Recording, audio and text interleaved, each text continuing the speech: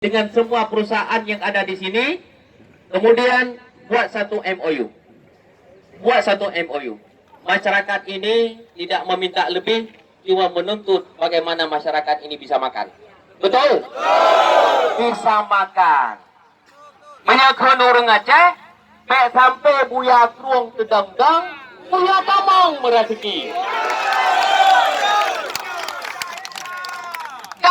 Saya selaku Dewan Perwakilan Rakyat, Dewan Perwakilan Daerah, lamin masyarakat, terluka hati kami. Saya merasa terluka. Menyeurang katanya, buya krung dedang-dang, buya tamang merasaki. Kita menjadi penikmat kekayaan orang lain. Kita jaga keamanan negara, kita jaga keamanan Aceh.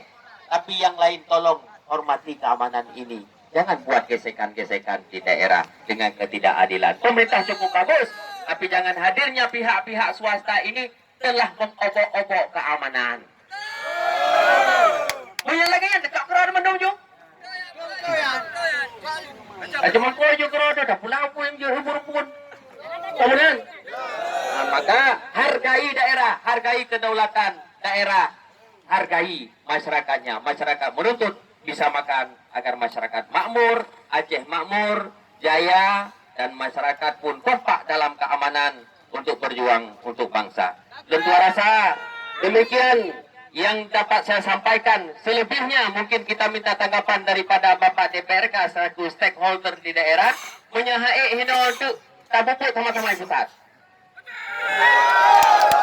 Ya, kita tetap kompak dan solid.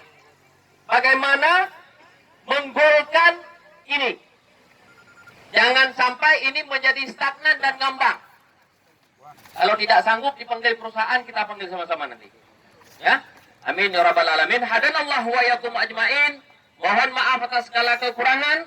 Saya selalu membuka diri dengan siapapun, dengan persatuan organisasi, dengan perwakilan. Saya selalu membuka ruang dialog bagaimana yang terbaik supaya masyarakat ini aman.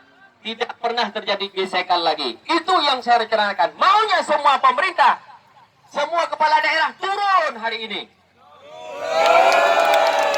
Kita tidak boleh alergi dengan rakyat. Datang sampaikan.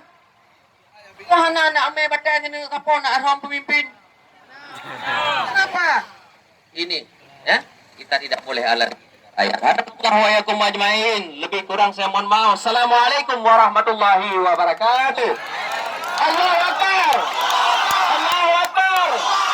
Allahu Akbar. Amin.